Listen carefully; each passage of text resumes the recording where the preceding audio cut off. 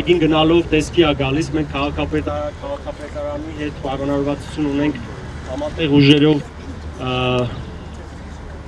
այգին տեսքի բերել եւ հետագա մեր աշխատանքներով նույնիսկ պայմանավորվածություն ունենք բեմ ենք տեղադրելու։ Մեկ սերունդը բավարար չէ, որ գնահատի ինձ ասում է Խունզը, դեռ կգան բազում սերունդներ, որ կկարողանան արժևորել, թե ով է իսկական մարդը եւ այս մարդ փիլիսոփայությունը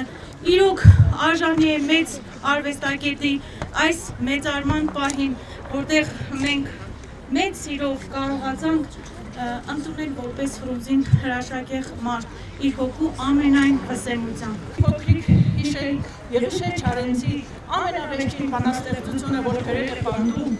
գիշերը 1937 թվականին նվիրված Ավետիք Իսահակյանին,